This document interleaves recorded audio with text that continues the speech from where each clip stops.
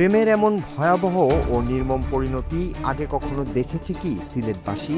একটি অনাকাঙ্ক্ষিত ঘটনা থেকে নিমিষেই ঘটে গেল এক নৃশংস ও ট্রাজেডি।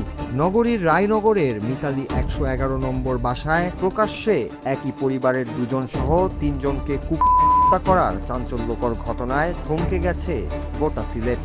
বিশিষ্ট ব্যবসায়ী আব্দুস সাত্তার, তার স্ত্রী সুরাইয়া বেগম এবং তরুণী গৃহকর্মী তাহমিনার এই মর্মান্তিক মৃত্যুতে পুরো দেশ জুড়ে চরম আতঙ্ক ও ক্ষোভের সৃষ্টি হয়েছে।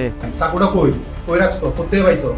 আর তুমি দেখা করতে দেখা করতে গেছো তোমার গার্লফ্রেন্ডের সাথে, এমনি গেছো চাকু নিয়ে গেছো? গার্লফ্রেন্ডের দেখা তো চাকু নিয়ে যায়। পুলিশের প্রাথমিক তদন্তে বেরিয়ে এসেছে এই রক্তহীন করা ঘটনার নেপথ্যের কাহিনী। মূল অভিযুক্ত ঘাতক রং মিস্ত্রি বাবুল মিয়া, যিনি কসাইয়ের কাজও করতেন। তার সাথে এই বাসার গৃহকর্মী তাহমিনার গোপন প্রেমের সম্পর্ক গড়ে উঠেছিল। বুধবার সকাল ৯টার দিকে তাহমিনাই দরজা খুলে বাবুলকে ভেতরে ঢোকায়, কিন্তু ঘরের ভেতর প্রবেশ করতেই সেই প্রেমের পরিণতি মোড় নেয় এক চরম ভয়াবহতায়। একটি কক্ষে তাদের মধ্যে কথা কাটাকাটির এক পর্যায়ে আক্রোশের বশে ধারালো ছুরি দিয়ে তাহমিনাকে কুপি করে পাষণ্ড বাবুল।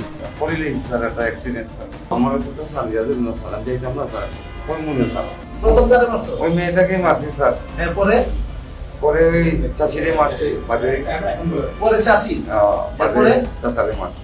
ভয়াবহ চিৎকার শুনে গৃহকর্মী তাহমিনাকে বাঁচাতে ছুটে আসেন গৃহকর্ত্রী বৃদ্ধা সুরাইয়া বেগম। নির্মম ঘাতক বাবুল নিজের অপরাধ ঢাকতে তাকেও একের পর এক করে ফেলে।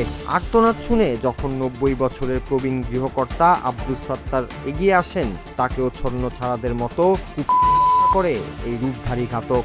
মুহূর্তে রক্তগঙ্গায় ভেসে যায় পুরো বাড়িটি। ঘাতক বাবুল এরপর বারান্দা দিয়ে পালিয়ে গেলেও রক্ষা পায়নি। এই রুমে হলো সুরাইয়া এবং তাহমিনা, এই দুজনের লাশ, আর এক রুমে আব্দুস সাত্তার তার লাশ। এটা পড়া আছে, মনে হচ্ছে যে এটা কোনো ধারালো অস্ত্র দিয়ে তাদেরকে আঘাত করে তাদেরকে হত্যা করা হয়েছে। সিলেট মহানগর পুলিশ কমিশনার সারোয়ার মুর্শেদ শামীমের নেতৃত্বে পুলিশের তড়িৎ অভিযানে বিকালের মধ্যেই গ্রেফতার হয় অপরাধী বাবুল মিয়া। লন্ডনে ও আমেরিকায় থাকা সন্তানদের আর্তনাদ আর পুরো এলাকাবাসীর ক্ষোভে এখন ভারী সিলেটের বাতাস। তুচ্ছ ঘটনা ও অনৈতিক বাসনার বলি হয়ে তিনটি তাজা প্রাণ ঝরে যাওয়ার এই লোমহর্ষক ঘটনায় এখন ঘাতকের দৃষ্টান্তমূলক ও কঠোর শাস্তির দাবিতে ফুঁসে উঠেছে সর্বস্তরের মানুষ। Nur Raju, Bangla TV news desk.